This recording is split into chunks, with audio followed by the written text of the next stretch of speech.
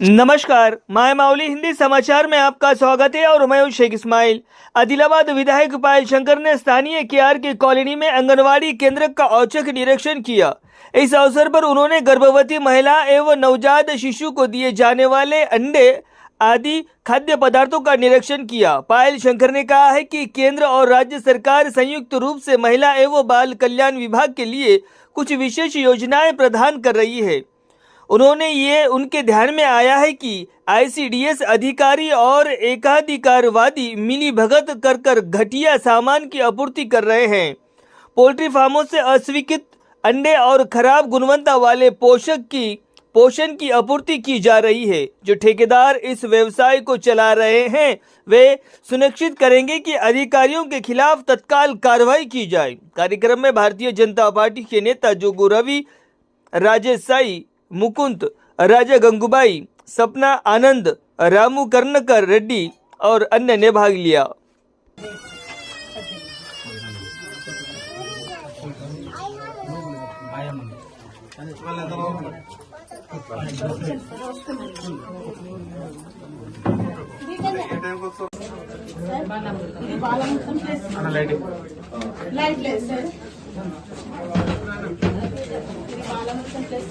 బరువు తక్కువ ఉన్న పిల్లలకు ఈ గ్రీన్ లెవెల్లోకి ఇస్తుంది.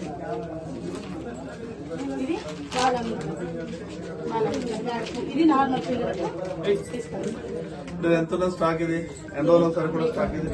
2 నెలలంటే ఇది ఇప్పుడు జనవరికి అయితే ఫిబ్రవరిలో కొంచెం జనవరికి అయిపోవాలా స్టాక్? ఫిబ్రవరిలో ఉంటుంది సార్. ఫిబ్రవరి రేట్ దాకా ఉండాలా? మనకి 15 తారీఖు అంటే మా ఫస్ట్ పని చేస్తారు. ఫిబ్రవరి ఫస్ట్ వస్తుందా? అంటే మన జనవరిలో వేసి ఉంటుంది. జనవరి డేట్ ఉంటుందా? ఉంటుంది. ఎప్పటి వరకు ఇవ్వాలి? వచ్చింది సార్. ఇంకా 3rd బ్యాచ్ రాలే. ఇది 2nd బ్యాచ్ కి రెడ్. ఇది సార్ ఈ సైజ్ ఈ సైజ్ రావద్దు కదా అసలు. ఈ సైజ్ ఎంత ఉండాలి? గుడ్డు వెయిట్ ఎంత ఉండాలి మీకు అసలు లెక్క ప్రకారం? ఒకసారి అనుకోండి, కరెక్ట్ చెప్పు. గుడ్డు వెయిట్ ఎంత ఉండాలి? వీళ్ళకి పాలు ఎన్ని ఇవ్వాలి? వస్తున్నా అంటే సార్ 200 గ్రాములు వాళ్ళకి రోజు 200 గ్రాములు అంటే నెలకు 4 ప్యాకెట్లు ఇవ్వాలి. 4 నెలలు అంటే 8 16 ప్యాకెట్లు ఇవ్వాలి. आप कितने पैकेट लगे? ठीक है, 2 ले गए आप 16 16 ప్యాకెట్లకు 2 ఇచ్చారు. 16 ప్యాకెట్లు ఇవ్వాలి లెక్క ప్రకారం. 16 కదా సార్, అంటే 200 ప్యాకెట్ కదా సార్. 200 గ్రాములు 1 లీటర్ ఉంటుంది. పేద పిల్లలు అదేవిధంగా గర్భిణీ స్త్రీల ఆరోగ్యం బాగుండాలని కేంద్ర ప్రభుత్వం శిశు సంక్షేమ శాఖ ద్వారా రాష్ట్ర ప్రభుత్వం, ఈ కేంద్ర రాష్ట్ర 2 ప్రభుత్వాల కోఆర్డినేషన్తో పిల్లల ఆరోగ్యం కాపాడడానికి వారికి అన్ని రకాల ఆహారం అందిస్తేనే గర్భిణీ స్త్రీలు కానీ అదేవిధంగా అంగన్వాడీ కేంద్రాలలో ఉన్నటువంటి పిల్లలు కానీ వాళ్ళ ఆరోగ్యం బాగుంటుందన్న ఒక ఆలోచనతోని కేంద్ర ప్రభుత్వం ఉదారంగా నిధులు పంపిన ఐసిడిఎస్ లో ఉన్నటువంటి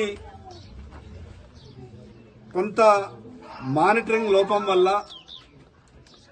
ఒక 50% టార్గెట్ రీచ్ అయినప్పటికీ ఇంకొక 50%లో లోపాలు ఉన్నట్టు కనిపిస్తున్నది.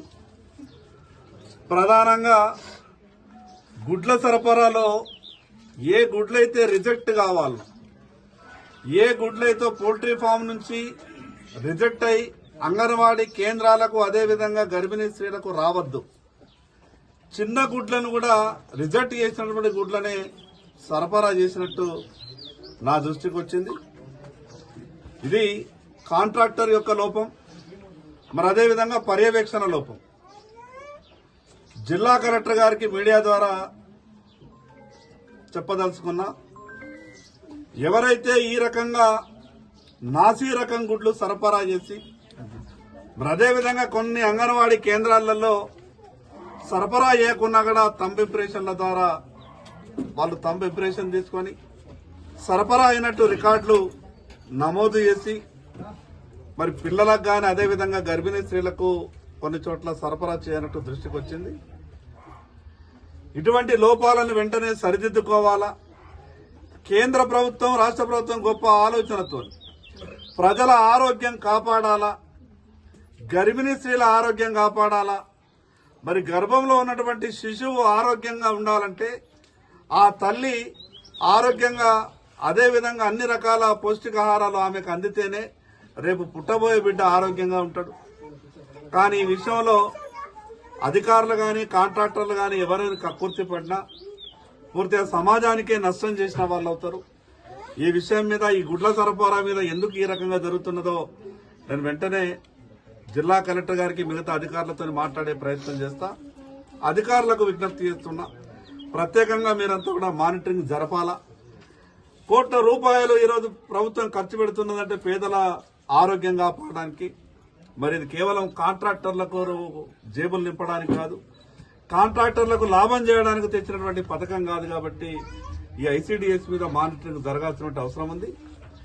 ఇక్కడ ఉన్నటువంటి మిగతా విషయాల మీద కూడా ఇంకా కొన్ని అంగన్వాడీ కేంద్రాలలో తనిఖీకి వెళ్ళినప్పుడు మరి కొన్ని లోపాలు కూడా అక్కడ బయటవడం జరిగింది. కలెక్టర్ గారికి మీడియా ద్వారా విజ్ఞప్తి చేస్తా ఉన్నా, వెంటనే అన్ని అంగన్వాడీ కేంద్రాలు కనీసం వారానికి ఒకసారి ఐసీడీఎస్ కు సంబంధించినటువంటి అధికారులు కాకుండా మిగతా వాళ్ళతో కూడా కొంత మానిటరింగ్ చేస్తే బాగుంటుంది. ఆ విధంగా చర్యలు తీసుకోవాలని జిల్లా కలెక్టర్ గారు కూడా విజ్ఞప్తి చేస్తున్నారు.